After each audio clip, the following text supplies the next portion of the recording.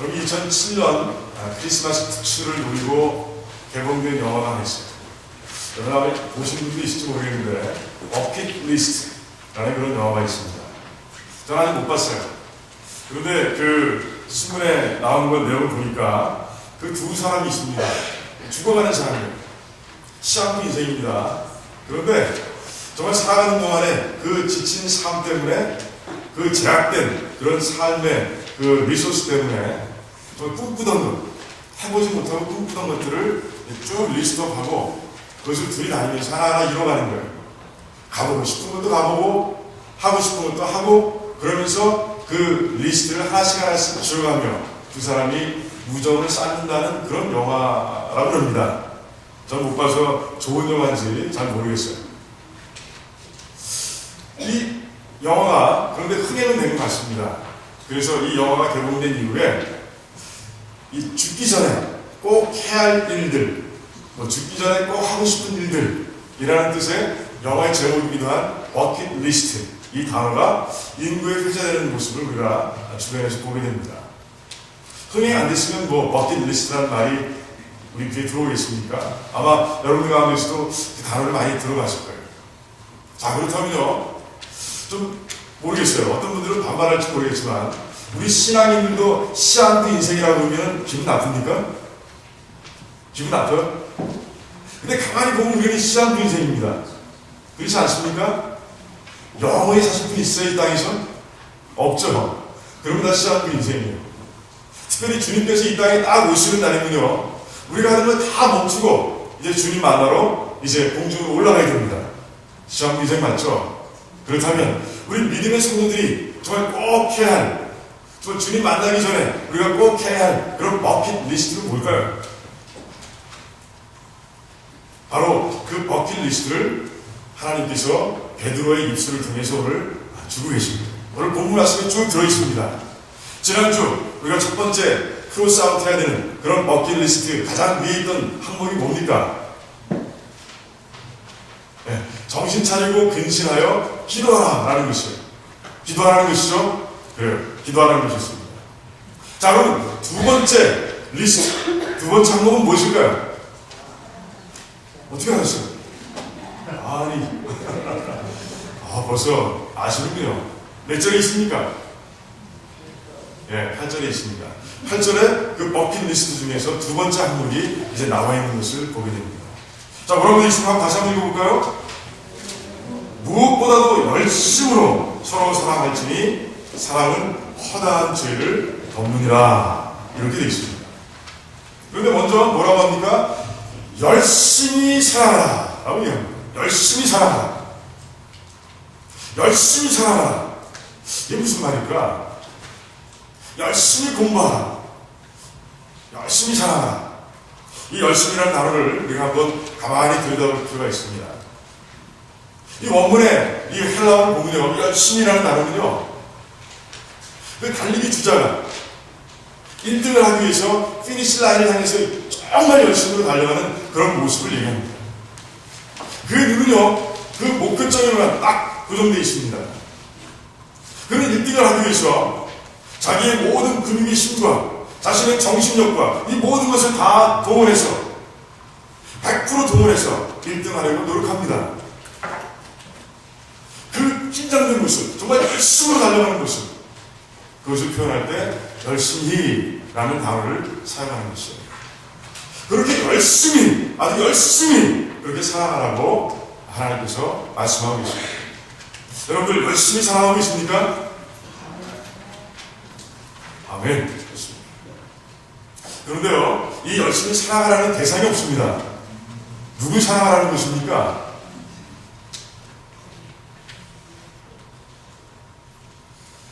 하나님을 사랑하라 라는 말도 되고요, 너희들이 이웃을 사랑하라 라는 말도 돼요. 그런데 하나님에 대한 사랑은 너무나 당연한 것이기 때문에 우리가 이제 저 이웃들을 어떻게 열심히 사랑해야 되는가 하는 것에 대해서 오늘 같이 보려고 합니다. 자, 바울과 베드로의 차이점은 무엇입니까? 바울도 성경을 많이 썼습니다. 그리고 베드로는 이 성경을 썼고요, 그리고 다른 성경들이 써질 수 있도록 또 도움을 줬습니다. 마가복음이 이 땅에 탄생할 수 있도록 도움을 줬습니다. 자, 그렇다면 바울과 베드로의 차이는 뭘까? 바울은요, 직접 예수님을 체험한 적은 없습니다.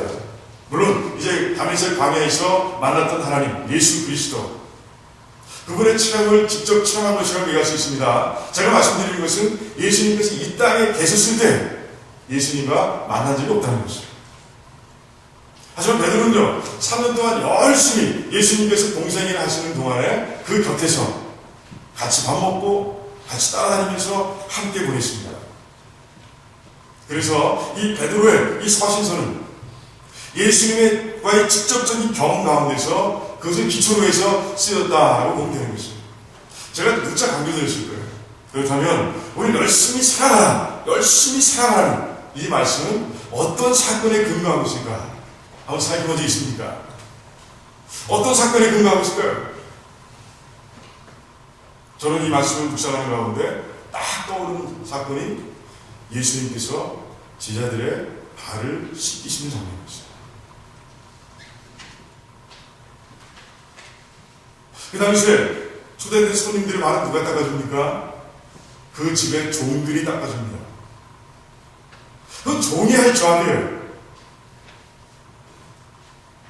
그런데 아무도 일어나서 그 일을 감당하지 않습니다. 그때 예수님께서 일어나셔서 제자들의 발을 닦아주시는 거예요. 제자들이 얼마나 놀랐는지 갑자기 쫙해집니다. 누가복음에 의하면요, 그 전에 그 식사의 자리에서 우리 제자들이 어떤 일을 하고 있었느냐? 예수님께서 예루살렘에 오셨는데 조금 있으면 이 나라를 회복하실 텐데 누가 더 큰 자가 될 것이냐 라를 가지고 갑론을박하고 있었어요. 그런데 예수님께서 갑자기 일어나셔서 이제 자신들의 발을 닦아주시는 가운데 이제 침묵, 아무도 말하지 않습니다. 조용한 가운데 예수님께서 발을 씻으시는 그런 철벅하는 소리 밖에 들리진 않습니다. 다 놀란 것이에요. 요한은요, 요한복음에서 그 장면을 현재형 동사로 기록하고 있습니다. 다른 모든 사건은요, 관찰자 입장에서 이미 지나간 일이기 때문에 다 과거형 동사로 쓰고 있습니다. 예수님께서 말씀하셨다, 예수님께서 기적을 일으키셨다, 예수님께서 환영하셨다, 다 과거예요. 그런데 유독 이 부분을 기록할 때, 이 사건을 기록할 때는요, 요한이 현재형 동사를 사용하고 있는 거예요.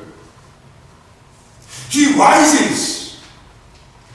예수님께서 일어나신다. 예수님께서 허리에 수건을 두르신다. 예수님께서 제자들의 발을 씻겨주신다. 현재형 동사를 쓰고 있는 것이에요. 무슨 얘기입니까?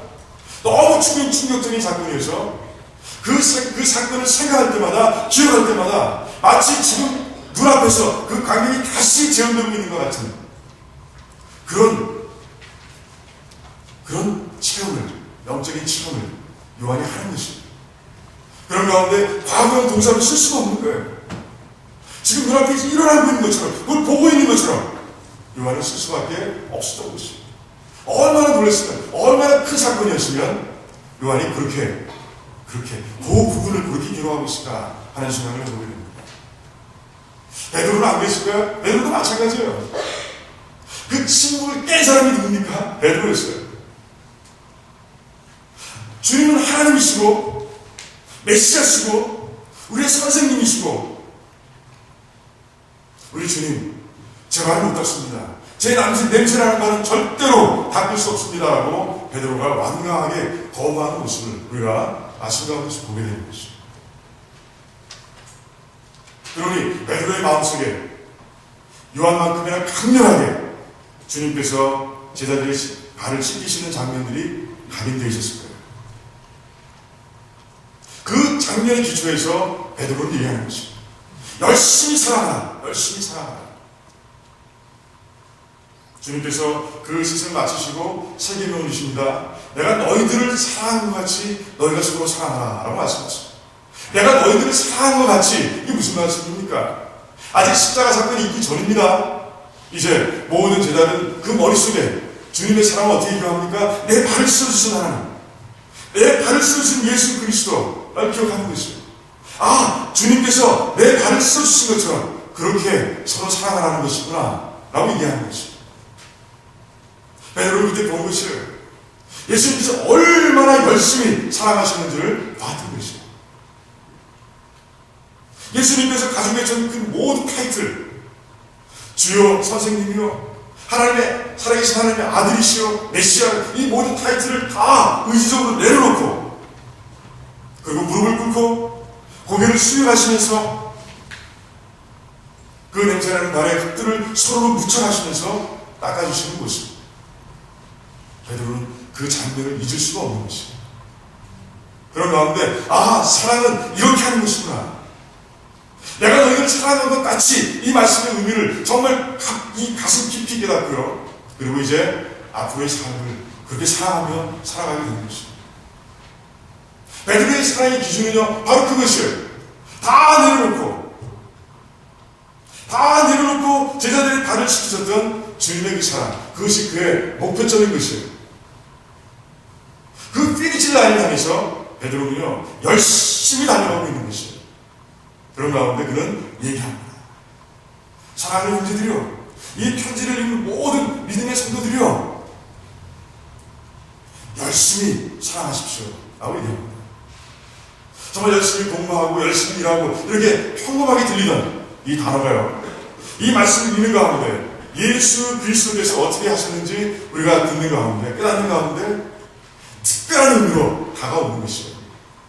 자, 여러분들이 다 그렇게 열심히 사랑하시기 바랍니다. 열심히 사랑하시기 바랍니다. 네이튼 바로라는 분이 있어요. 저는 이디오피아에서 평생을 의사와 선교사로 그렇게 살겠던 분입니다. 이제 역사가 많아지셔서 그분이 치아가 문제가 생긴 거예요. 그래서 미국으로 건너오셨습니다. 그런데 건너오셔서 하시는 말씀이 있습니다. 치과 의사에게 내 남은 일을 다 빼주십시오. 아, 문제가 나는 이만 빼면 되는데 다 빼주세요. 그리고 틀린 일을 만들어주세요. 그렇게 얘기하는 것이에요. 치과 의사가 궁금해서 물었습니다. 아니 왜 다 뺍니까? 성환이가 다 있는데. 그랬더니 얘기합니다. 의사 양반, 치과 의사 양반, 지금 이디오피아에는 정말 나의 치료를 기다리고 있는 그런 육신이 약한 분들이 얼마나 많은지 모릅니다. 그리고 제가 지금 이 치료받는 이 순간, 미국을 방문한 이 순간에도 예수 그리스도를 모르고 죽어가는 사람들이 너무나 많습니다. 저는 내 남은 평생을 정말 그 일만 하는 것입니다. 그들을 고치고 치료하고 그들의 영혼을 주님께로 인도하시는 그 일에만 쓰기를 원합니다. 제가 다시는 미국에 나오고 싶지 않습니다. 그러니 다 빼주시고 틀린 일을 넣어주시기 바랍니다. 라고 얘기하는 것입니다. 이게 바로 열심히 사랑하는 사랑이라는 것이에요. 여러분, 이렇게 이웃들을, 그리고 잃어버린 영혼들을 사랑할 자신들이 있으십니까? 이렇게 사랑하시겠습니까? 도전되죠? 그래요. 정말 사랑이라는 단어만 나오면 늘 도전이 됩니다. 하지만 베드로는, 성령 감동한 베드로는 얘기하고 있는 것이죠. 열심히 사랑하십시오. 열심히 사랑하십시오. 라고 선포하고 있는 것입니다. 우리 성도님들 이 사랑의 레벨을 조금 더 같이 높이기 원합니다. 내가 사랑할 수 있는 사람들만 사랑하는 것이 아니라 내가 사랑할 수 없는 사람까지도 사랑할 수 있는, 내가 가지고 있는 것 중에서 그냥 여유분만 가지고 사랑하는 것이 아니라 내가 가지고 있는 소중한 것을 들여서 우리 주변에 있는 형제들을 사랑할 수 있는 그런 진짜로 열심히 사랑하는 그런 여러분들이 다 되시기를 주님의 이름으로 축원드립니다. 옆에 분과 한번 같이 결단하시기 바랍니다. 우리 열심히 사랑합시다.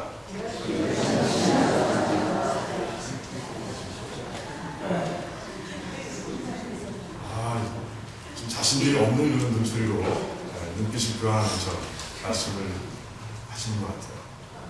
그래, 어렵죠. 하지만 누가 도와주십니까? 하나님이 도와주시는 거예요. 성령 하나님께서 도와주시는 거예요.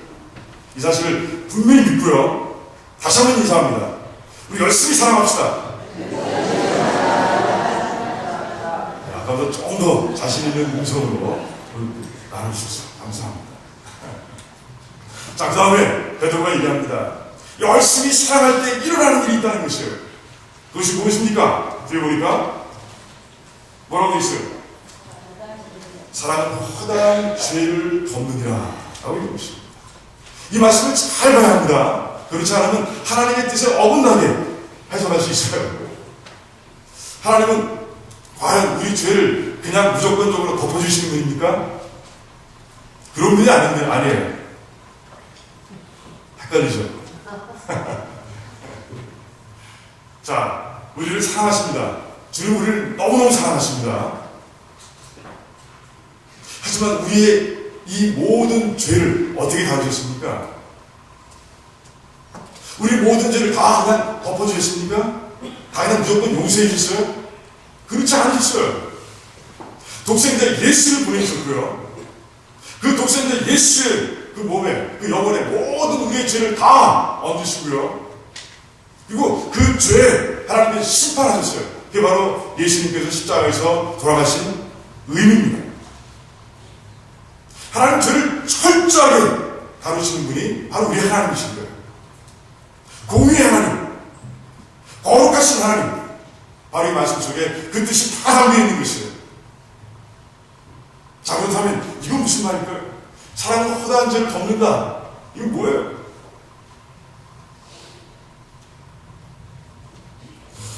이 덮는다는 헬라어 말을 가만히 보면요, 감춘다, 숨긴다 이런 말이 있습니다.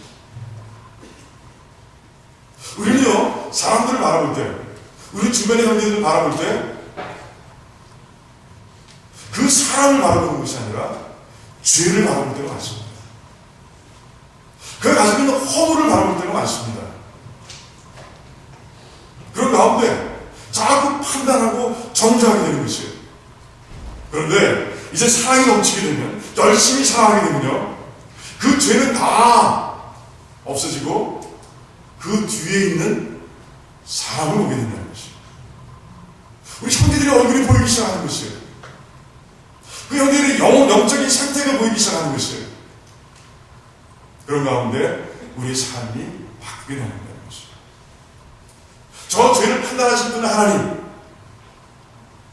저 죄를 처리하실 분은 하나님이시라는 것을 우리가 알게 되는 것이에요. 그런 가운데 우리는 그 영혼을 바라보면서, 그 연약한 영혼을 바라보면서 내 모습도 바라보게 되고요. 그런 가운데 그 영혼의 회복을 위해서 무엇이 최선의 길인가 생각하게 되고 행동하게 된다는 것이에요. 그 죄를 꾸짖기 위해서 생각하는 것이 아니라 그 영혼의 회복을 위해서 행동하는 그런 귀한 성도들이 될 수 있다고 얘기하는 것입니다. 차이가 엄청나게 많습니다. 차이가 엄청나게 많아요. 죄를 먼저 보고 그리고 판단하고 정죄하는 교회는요, 금방 무너집니다. 그런데 그 죄 뒤에 있는 영혼을 바라보면서 그 영혼의 잘됨을 바라면서 기도하고 그를 위로하고 격려하고 또한 권면하고 강하게 얘기하고, 그럴 때 그 사랑의 마음을 가지고 다가갈 때 교회는요, 달라지는 것이죠.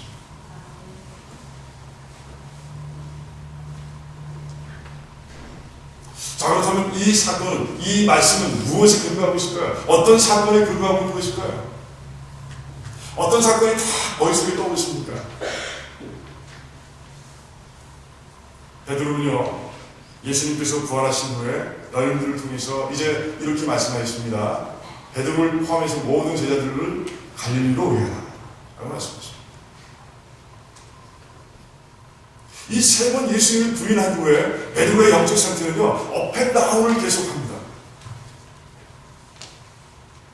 부인하고 난 후에 나와서 회개했습니다. 하지만 갈릴리로 갔습니다. 순종하고 왔습니다. 하지만 그곳에서 그 하는 일이 무엇입니까? 나는 고기나 잡으러 간다라고 얘기하는 것이에요. 예수를 따르는 가운데 다 이미 버렸던 곳에 다시 돌아가서 그것도 친구들을 데리고 이끌고 갈릴리 호수로 나가는 그의 모습을 봅니다. 업앤다운이 심한 것이에요. 만약에 베드로가 진짜 믿겠다면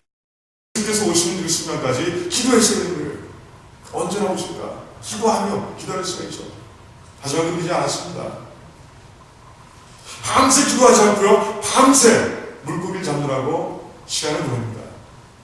잡았습니까? 못 잡습니다. 그런데 예수님께서 그 장소에 오신 거예요. 저는 이거 얼마나 놀라운지 몰라요. 우리 같으면 안 왔을지도 몰라요. 베드로, 너 아니래도 망아! 하고 주님께서 우리 같은 마음이었다면 다른 좋은 일꾼을 선택하셔서 세우시고 성령 확 갖고 오셔서 일시키셨을 거예요. 하지만 그러지 않으셨어요. 주님은 그 허물을 보지 않으시고 그 뒤에 있는 베드로의 영혼을 보시고 그걸 찾아오셔서 아직도 남아있는 불씨, 주님을 사랑하는 그 마음, 그 불씨를 네가 나를 사랑하느냐 3번의 부르심 가운데서 그 불씨를 확 불붙게 하시는 주님의 모습을 보게 되는 것이죠. 여러분, 잊을 수 없는 거예요. 그 사건을 잊을 수가 없는 것이에요. 아, 이것이구나. 이게 사랑이구나. 이게 사랑이구나. 이 사랑의 결과구나. 베드로는 이제 영적으로 회복돼서 이제 하나님의 일을 잘 감당하는 그런 귀한 사도로 서게 됩니다. 우리는 무엇을 바라보고 있습니까? 우리 형제와 자매들에게 바라보면서 무엇을 바라보고 있습니까? 짐 맥커라는 사람이 있습니다. 70년대, 80년대를 이 미국에서 사신 분들, 아니면 예언 많이 들어보신 분들이 아마 기억하는 그런 이름인지도 모르겠습니다. 짐 맥커. 그는 번영복음주의자였습니다. 그는 탈레반젤리스트였어요. 탈레반젤리스트, 이게 뭐야? TV 이벤젤리스트. 그러니까 TV를 통해서, 이제 복음방송을 통해서 많은 사람들에게 복음을 전하는 그런 사람이었습니다. 그 목사님이 있습니다. 그 특별한 재주가 있었습니다. 그 특별한 영성도 있었어요. 그런 가운데 그 TV 방송을 통해서 많은 사람들이 예수님께 나오게 됐고, 그 번영복음, 하나님은 최고의 하나님이시다. 최고의 부자시다. 그러니까 하나님께 순종하는 자들에게 최고의 복이, 물질적인 축복이 넘칠 것이다 하는 이 말 가운데서 많은 사람들이 회원이 됐고요. 그런 가운데 이제 80년대가 되니 그 매년 거치는 헌금이 1억 3천만 불씩이나 됐어요. 그런데 그 짐 베이커 무너지고 합니다.